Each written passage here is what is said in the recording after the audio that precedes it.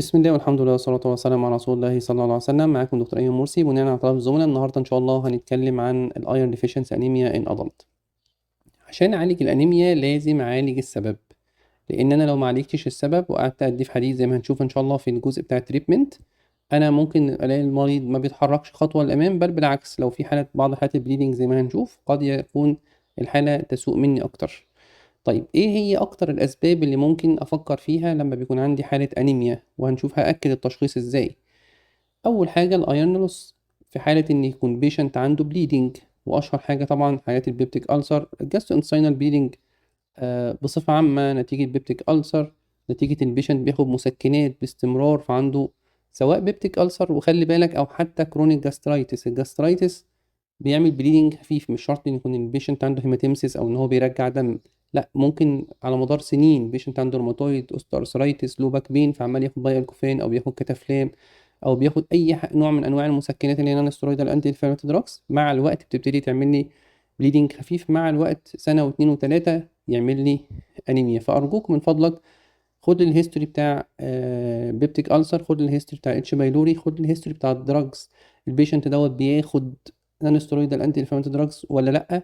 النقطة الأهم من فضلك لو البيشنت فوق ال50 سنة وعنده أنيميا، خصوصا لو هو ميل أو فيميل بس بوست منيبوزال، من فضلك لو هو فوق ال50 سنة أو بعض الجايد لاينز فوق ال45 سنة اعمل اوكالد بلاد ان ذا ستول عشان تستبعد كولوريكتال كانسر. ودي من الحاجات السكريننج المهمة جدا لأي حد فوق ال45 سنة. ما يجيلكش ميل فوق ال45 أو ال50 سنة الهيموجلوبين بتاعه 8 أو 9 وأول حاجة تفكر فيها malnutrition، لأ، من فضلك فوق ال45 سنة و50 سنة الهيموجلوبين بتلاقيه منخفض وخصوصا في الميلز، من فضلك استبعد كولوريكتال كانسر بتحليل بسيط اوكالت بلاد ان ذا ستول، أو حاليا التحليل الأحدث منه شروطه أخف شوية اللي هو الفيت تيست.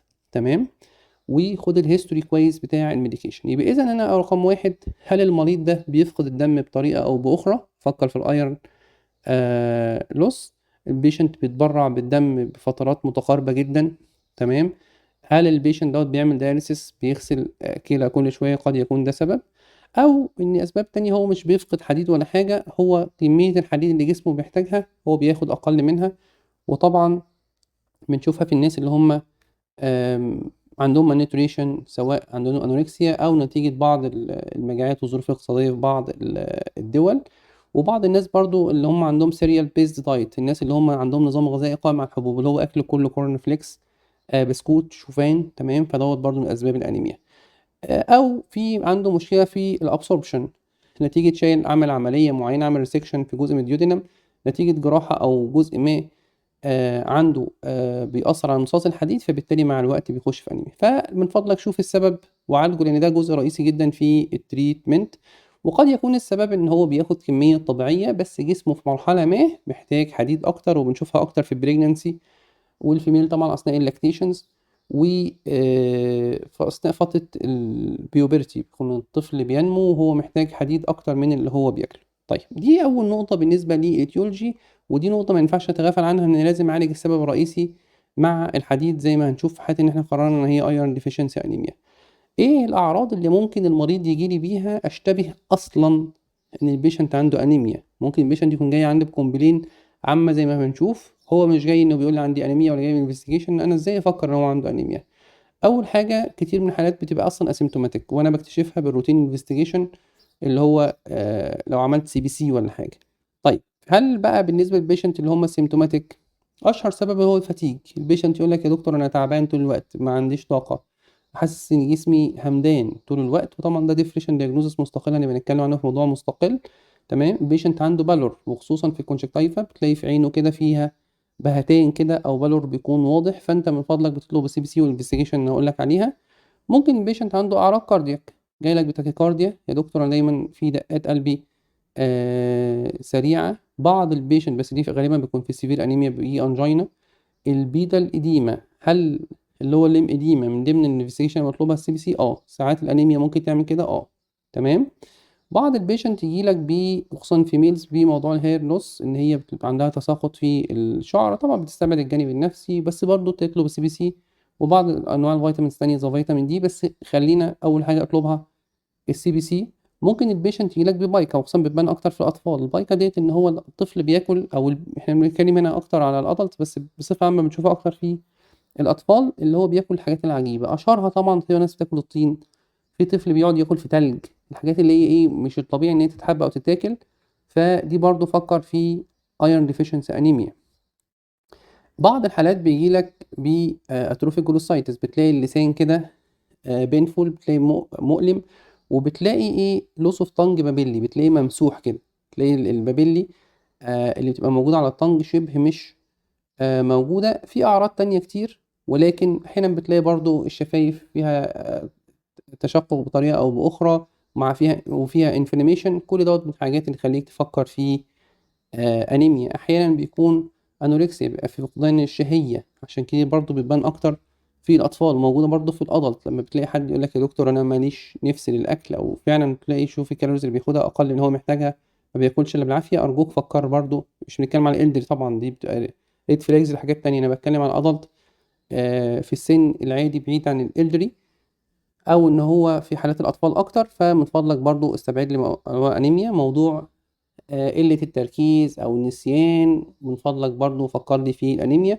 موضوع الهايبوتنشن في ميلز اللي بيجوا معظم الوقت عندهم دوخة، عندهم صداع، تقيس ضغطهم طول الوقت أقل من 90/60، برضو من فضلك اطلب له CBC، اطلب لي الأنيميا. يبقى إذا برضو دي من أهم الأعراض اللي هتشوفها قبل ما تطلب أي تحليل. عشان ما أطولش عليكم، تعالوا نتكلم على أهم حتة في الفويس وهي أو في الفيديو، وهي موضوع الدياجنوزس. هل طلب الهيموجلوبين لوحده دياجنوستيك لايرون ديفيشنسي انيميا؟ الإجابة طبعا لا.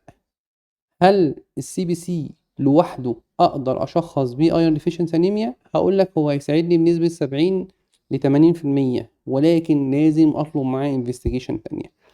باختصار، هتطلب سي بي سي. الهيموجلوبين لوحده لا، الا بقى ايه في قله موارد، وبعض المراكز الصحيه او بعض الاماكن الوان تاتش الهيموجلوبين هو اللي موجود. طب يا دكتور نعمل هيموجلوبين ولو طلع قليل نطلب السي بي سي. هقول لك ده يعني الاستثناء المطلوب بالنسبه لي، او اللي ممكن الاستثناء المقبول بالنسبه لي. لكن بالنسبه لي ان انا اطلب هيموجلوبين الاقيه منخفض خلاص اتعامل ان هي ايرون ديفيشنسي انيميا؟ لا، الدنيا ما تمشيش كده لو نتكلم من الناحيه الدقيقه العلميه. بطلب سي بي سي كامل. في حالة السي بي سي في الايرون ديفيشنسي انيميا بلاقي رقم واحد الهيموجلوبين قليل. ماشي؟ طيب دي متفقين عليه، ما هي انيميا لازم يكون الهيموجلوبين قليل. الام سي في والام سي اتش بيكونوا قليلين. حلو كده؟ حلو. يبقى اذا دول اول حاجتين. انا كده بتكلم في احتمال قوي في ايرون ديفيشنسي انيميا. الام سي في والام سي اتش الاتنين منخفضين. ام سي في اللي هو مين كورباسكولار فوليوم، والام سي اتش اللي هي مين كورباسكولار هيموجلوبين. الاتنين دول بيكونوا قليلين. الاتنين دول قليلين والهيموجلوبين قليل والار دي دبليو عاليين، خلاص من فضلك نيكست ستيب هطلب تحليل تاني اللي هو ايرن بروفايل. اهم حاجات هطلبها في الايرن بروفايل، ركز معايا، هو السيرم اير والسيرم فيريتين والتبس. هطلب 3 حاجات تانيين اهو، هطلب السيرم اير والسيرم فيريتين والتبس. يبقى اذا عشان ما الناس ايه تجمع معايا المعلومات وتحفظ معايا المعلومات دلوقتي، السي بي سي هطلبه وهلاقي 3 حاجات منخفضين. هو اسمه علمها اير ديفيشنسي انيميا، هي ديفيشنسي. معظم الحاجات او كل الحاجات واطيه، الا حاجتين هقول لك عليهم بيكونوا عاليين. الهيموجلوبين قليل، ماشي، الام سي في قليله، الام سي اتش قليله، تمام، السيرم ايرن قليل، السيرم فيريتين قليل. طب ايه هما الحاجتين اللي عاليين؟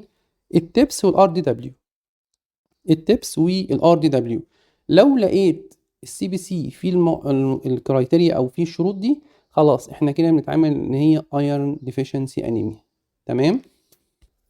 طب يا دكتور حاجه بسيطه كده، طب ما انا يا دكتور مشتبه ان ممكن تكون حاله ثلاسيميا اول ما اشوف السي بي سي. ما هو الهيموجلوبين قليل في الثلاسيميا، والام سي اتش والام سي في قليلين في الثلاسيميا، صح؟ اقول لك هو مين قال لك ان احنا معتمدين على السي بي سي بس؟ احنا هنطلب السيرم ايرون والفيريتين والتبس في حاله الثلاسيميا. عاده طبعا الايرون بيكون عالي. طب لقيت الايرون عالي، او انا اصلا ما طلبتش اصلا سيرم ايرون ولا سيرم فيريتين ولا تبس، البيشنت جالي بهيستوري ان عمال عنده انيميا ومفيش سبب واضح ليها، وعمال ياخد في حديد والهيموجلوبين مش عاوز يزيد عن 9 و10، ودي بنشوفها في بعض الحالات.